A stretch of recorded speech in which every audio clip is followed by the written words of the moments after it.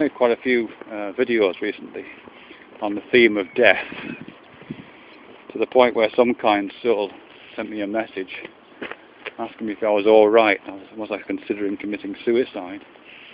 I think it's very kind of that person to have that kind of level of concern, but no, suicide isn't on my mind at all.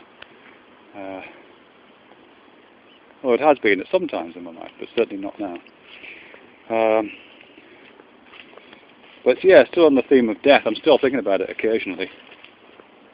I don't think any particular morbid way, it's just something that interests me right now. And what I'm thinking of is in terms of what I've talked about before, really, which is a kind of acknowledgement that the human body has more things going on for it than just its moment-to-moment metabolism. You know, it's part of a very complex ecosystem. It's an ecosystem itself. I read recently that most of the cells in the human body aren't actually human cells at all. They're things like bacteria, which is just astonishing to me. And fantastic, I have to say. I think it's just wonderful, that. But you know, what a person is, in terms of their pure physical form, is very different to what our relationship to our metabolism suggests we are. When we think about what we are as a living person, I think, this is at least how I'm conceiving it, I think there's a tendency to think of ourselves just as as a certain, quite small set of living processes, particularly the ones associated with pain and pleasure, and particularly those associated with kind of consciousness and certain kinds of emotional relationships, those kinds of physical engagements. But as I say, those are a very small subset of all the things that make us up as a person, and that make us up as a body, and that make us up as a set of chemical and physical processes, sort of physiological processes, all of which kind of run through us. You know, and I've spoken before about the fact that, you know, probably none of the molecules in my body were there 7 years ago, because they've all been exchanged at various points, because our body is constantly in a state of flux, constantly shedding skin cells and hair cells and stomach lining cells and so on. So, as I say, we're more like a fountain than a sculpture.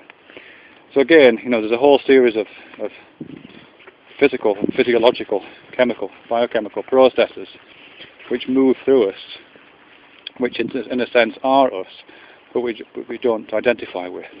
We think of ourselves in this very particular way, to do with this kind of moment-to-moment metabolic, physiological object. And I'm sure there's a good reason for that. I'm sure that, and I would imagine it's got a kind of adaptive logic to it. I don't think there'd been any point in our evolutionary history when it would have served us well to think carefully about, or to have a strong identification with biochemical processes, conscious identification with biochemical processes, or a conscious identification with a wider kind of ecological set of interactions, or a kind of historical narrative of change and metamorphosis. From an adaptive evolutionary point of view, it makes perfect sense that we think of ourselves and identify ourselves as being this kind of strange meat puppet under the control of our brains. But we know better than that. I think we do know better than that. And I'm just wondering what the implications are for that in terms of a kind of metaphysics, if that's the right word, a metaphysics of death, which doesn't rely on traditional metaphysics, spirituality and religion. I think one of the advantages, or one of the games that spirituality and religion has played in this regard, is an acknowledgement that a person isn't just, as I say, this kind of weird meat puppet. I think it's constructed a whole series of highly dubious things that we might be. I mean, this idea that we are a kind of a soul, or that we are some kind of reincarnated version of somebody else, or that we are some kind of fragment of a larger spiritual being, or whatever the particular narrative is that a religion or spiritual practice derives from. They're probably all spurious, or they're shorthand ways of saying some quite interesting things, or metaphorical ways of saying some interesting things. But what they But what the advantage of those is, as I say, is that they do try to allow an individual to associate not just with the 80 years and 10 existence of this particular metabolic, physiological, organising principle, if you like. So I'm just thinking what it would be like to try to develop a way of being which didn't rely on those kind of totally bogus concepts, but instead relied on, I don't know, some kind of scientific or rational understanding of those different things instead. Morning.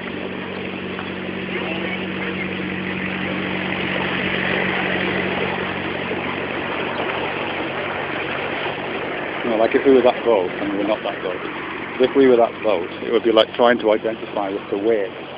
You think, oh, the wake of that boat is also part of the boat, and the people driving it is also part of the boat, and the movement of that man's hands on the tiller are also part of the boat. You know, if you were trying to sort of reimagine where the boat begins and ends, just like I'm trying to reimagine where a person begins and ends, you would have to look at those things around it, the other engagements, and try to build those into the self-model, if you like.